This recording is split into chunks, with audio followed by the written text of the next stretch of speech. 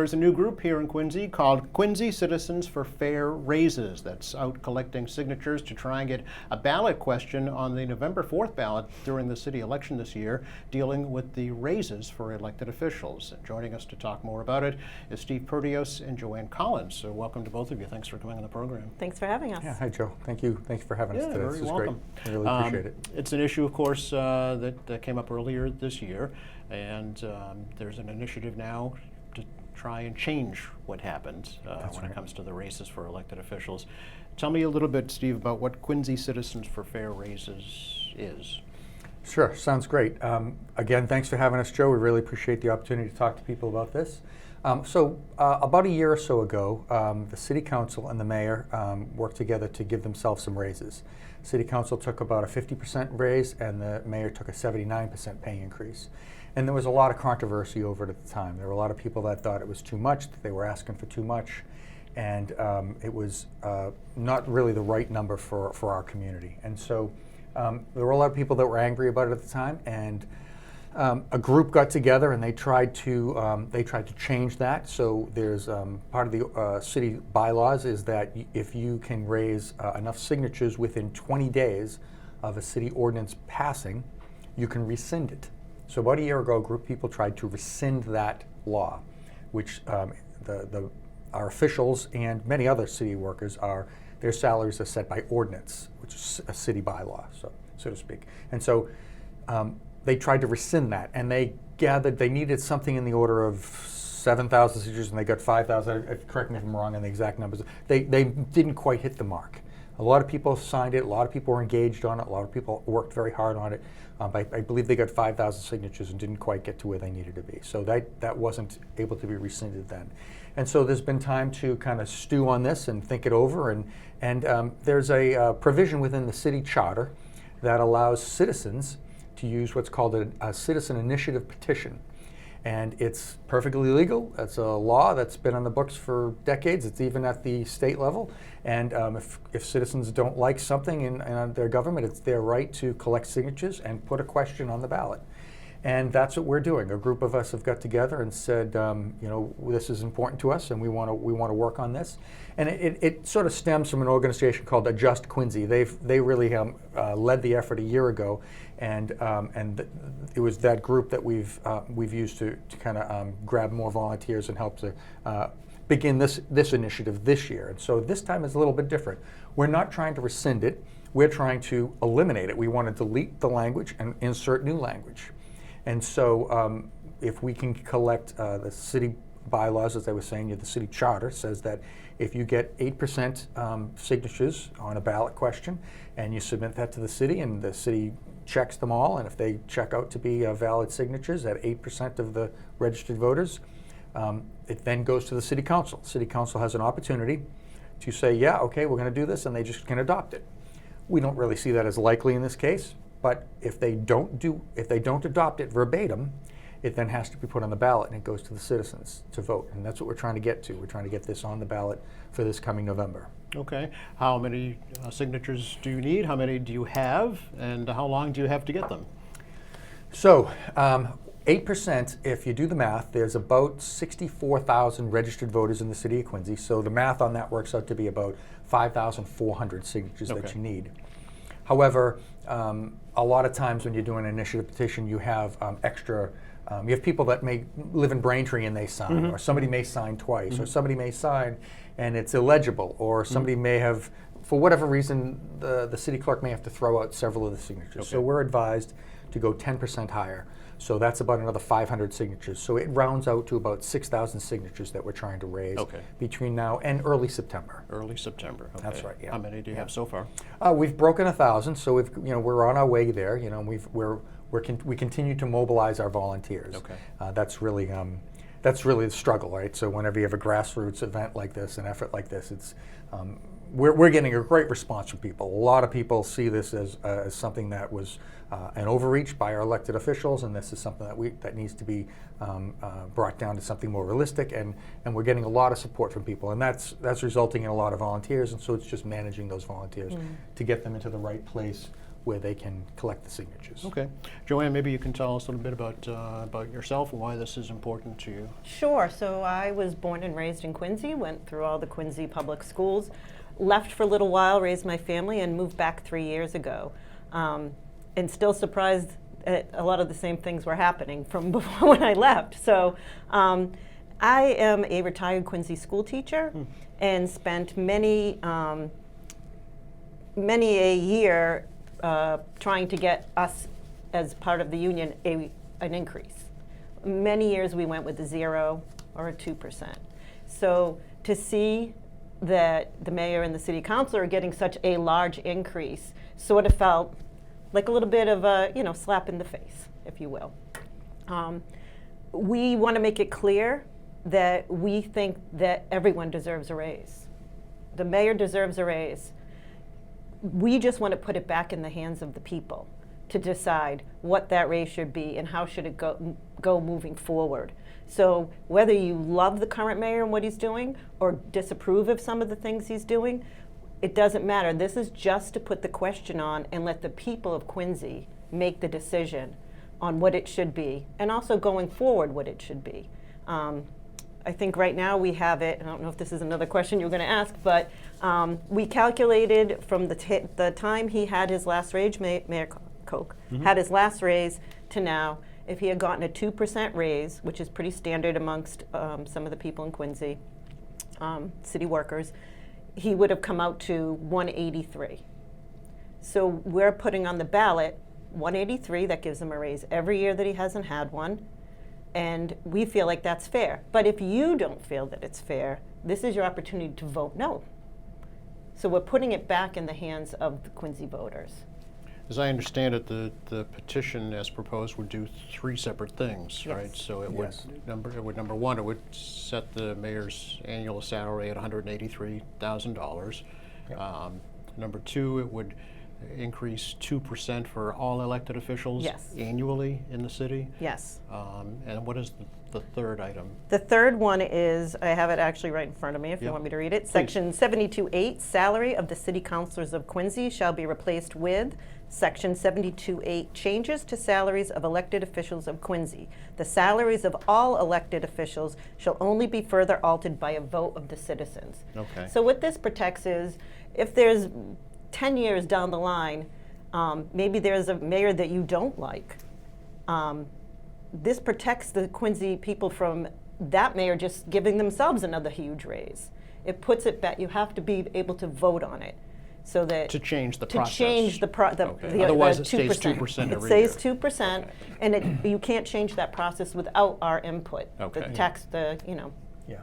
Another way of looking at this is that in my lifetime, as a lifelong resident of Quincy, every time any elected official wants a raise, there's always an issue. It comes up, it bubbles up.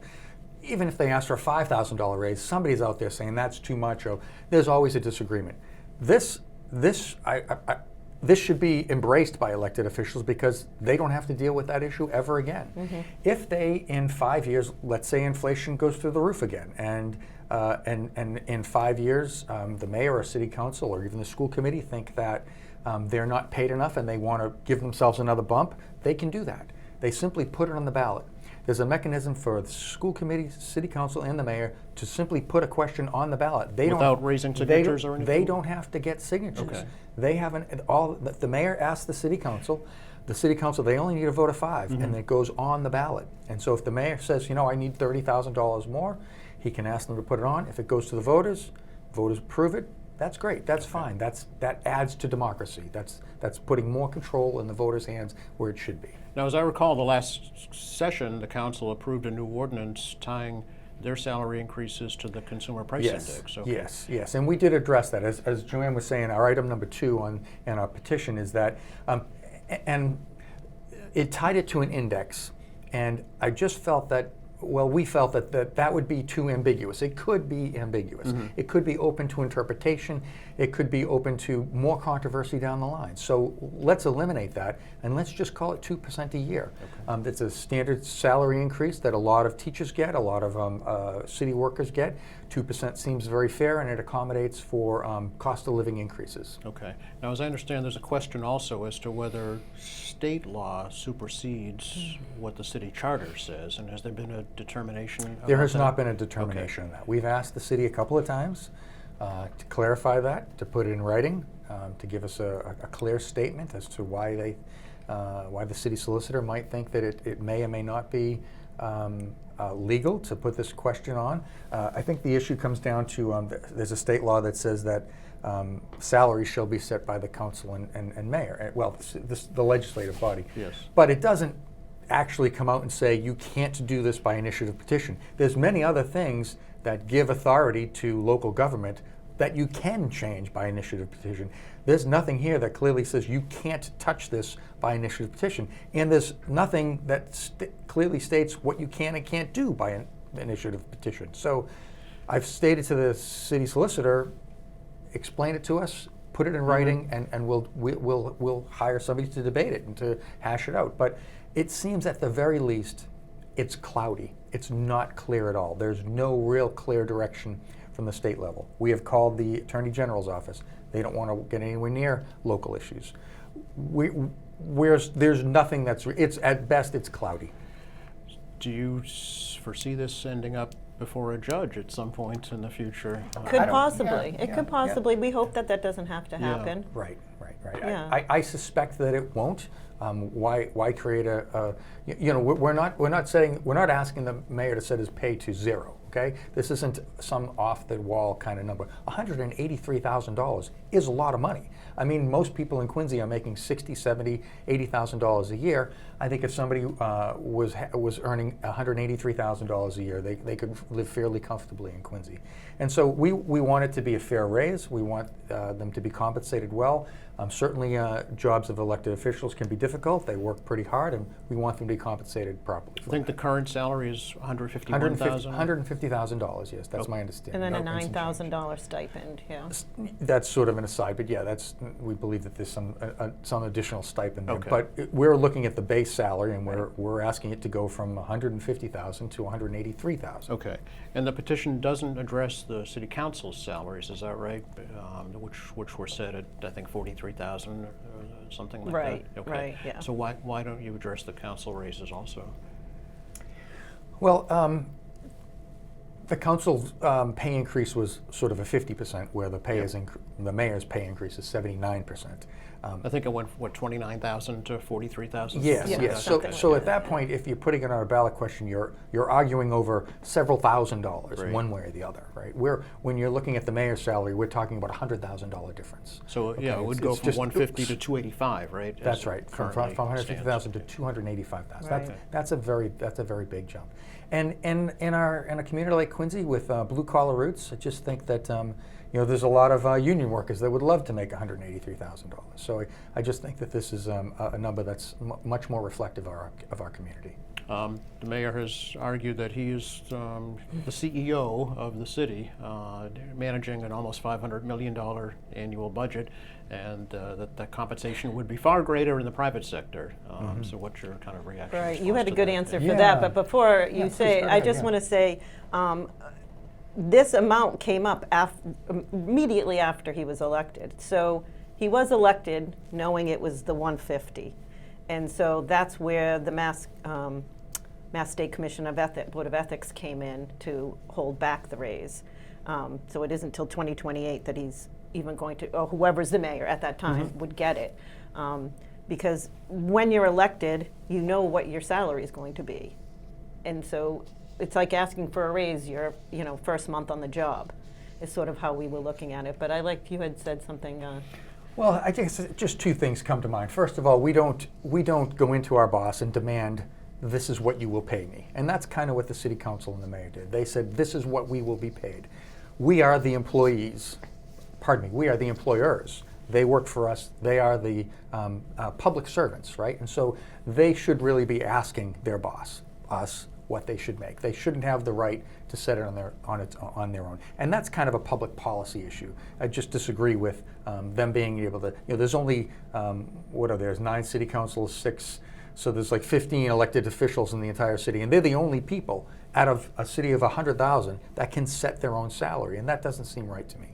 And then, I don't want to get into semantics back and forth with the mayor, but there's a very big difference between a mayor and a chief executive office in the private sector. This isn't a private sector job, it's a public sector job. Any CEO of a private sector business has to meet certain criteria every year or they lose their job. They may be compensated well, but they're bringing in sales, they're selling goods and services of over $500 million. That's not the case with any elected official. They have taxes. The taxes are, we can't decide, what would happen if we decided, I'm not paying my taxes. I don't think you're doing a great job. I'm not going to pay my taxes. Well, you have to, right? They put a lien on your property and you're forced to pay your taxes, right? So it's a very different animal, in my opinion, running a city and running a business, a private sector business. Right. The argument is, of course, the voters do have a say at the ballot box, right? Kind of like a board of directors would, I guess, for their CEO, right? Yep. So is that a fair argument?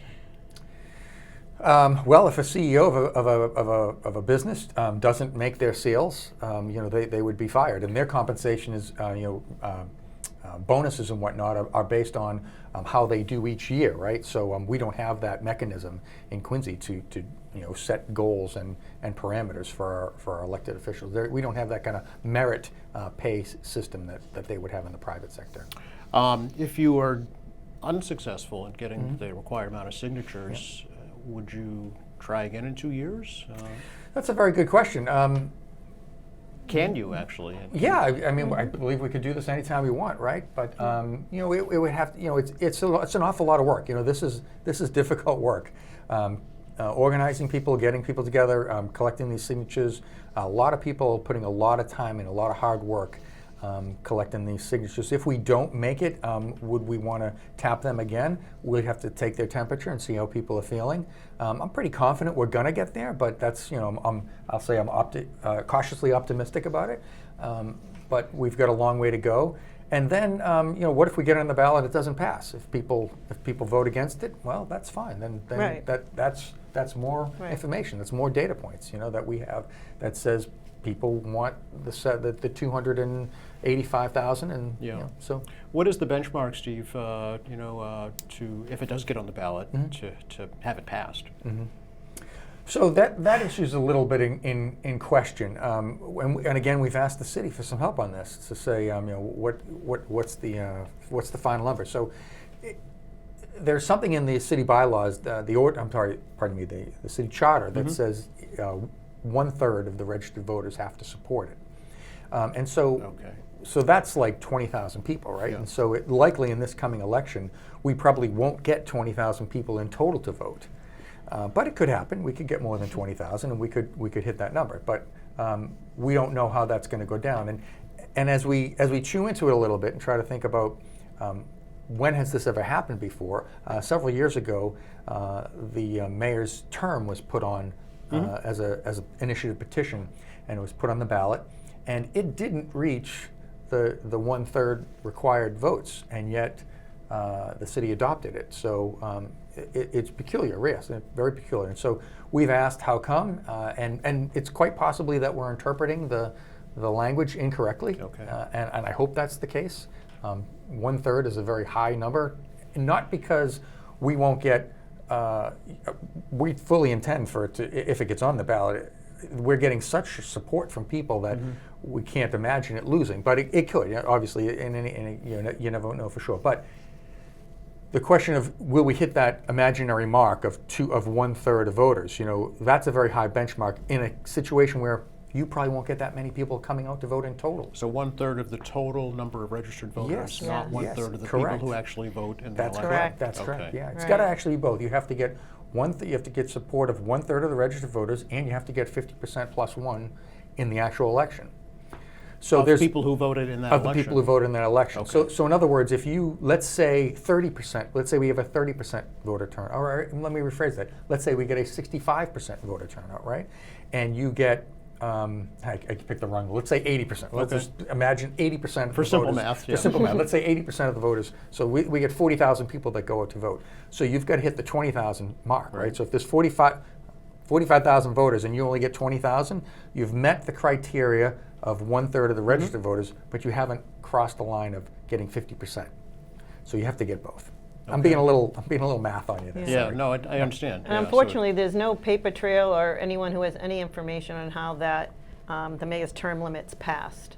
Because that would be helpful to us just to Yes. know, how did it Yeah. pass? Why did it Yeah. pass? What's Yeah. different about what we're doing than what they did? Yeah. But there's no, we asked for records and Wouldn't that have to be certified by the Secretary of State's office? Yes, At that time? yes. Yeah. there's no paper Yeah. trail that, Interesting. that, Well, we, there's- that we've there's asked. stuff online. It's clearly online. We know it got like 7,000 votes, Okay. and that was enough to get more than 50%. I think there were like, I think, let's say 10,000 voters and 7,000 supported the term limit, the change in the, pardon me, not term From limit. 2 to 4 From years. 2 to 4 years, Yeah. pardon me, yes. But that doesn't reach the 20,000 Right. voter threshold I of see. 1/3 of the registered voters.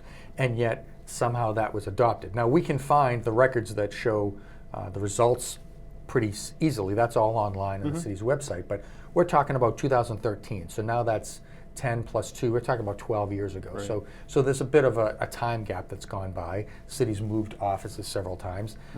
And some of the records are not readily available. So we've asked the question about, do we need to hit the 1/3 of registered voters? And if we do, why didn't the mayor's term change require that as well? Okay.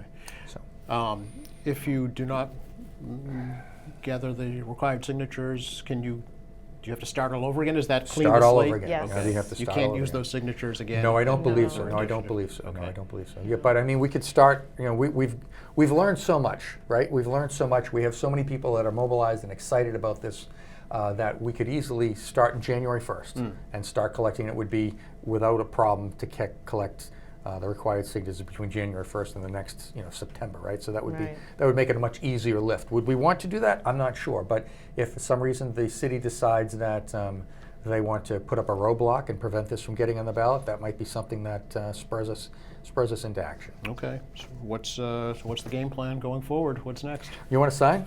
That's what we're doing, Joe. We're hitting everybody. We're just trying to we're get hitting everybody we can. Just Okay. trying to Yeah, get yeah, signatures. Got the and, pen here, Yeah. So Okay. we're And out I there. just want to, for Yeah, everybody please. at home, Yeah. please vote. Yes. Vote, even if you're not Yes. interested in this ballot, please Yep. go out and vote. Yep. Because it is not a mayoral election year, it's not a presidential election year, but there's lots of people running for city council, city councilor at large, school committee. committee, yeah. So it's really important that people go and vote. Yeah, August 23rd is the deadline to register for the preliminary Yes. election on September 2nd. Correct. There's a preliminary for a councilor at large and for Ward 6. And then the general election is November 4th. Right. Yeah. The city website has all kinds of information about how to register and early voting, mail-in voting, things of that nature. So there's lots of information out there. Anything else? you'd like Well, I to just share? want to say that we've met with Jim Timmons, the city solicitor, twice. We met with Nicole Crispo, the city clerk. Very supportive. Like, they've been very helpful. Nicole is fantastic, providing us with all kinds of backup data and information that we need to follow. Very, very helpful. We're hoping that Mr. Timmons will put together something very clear for us in writing Okay. that sets some definition for that. But until we get some clarity on that issue, our main goal is, as I was saying earlier, managing volunteers, getting people to assist. We're hearing from all across the city people that want to have a say on this and decide where this should go. Okay. Did you want to give out phone number? And, Sure, absolutely. Yeah. People can call me if they want to get involved. My phone number is 617-877-5975. And I have an email address. Please. Okay, all right. So my email address is spinquinzy@aol.com. Don't laugh at that. I'm still an AOL guy. So spinquinzy@aol.com. That'd be great. If you're interested and you want to help us out, please reach out.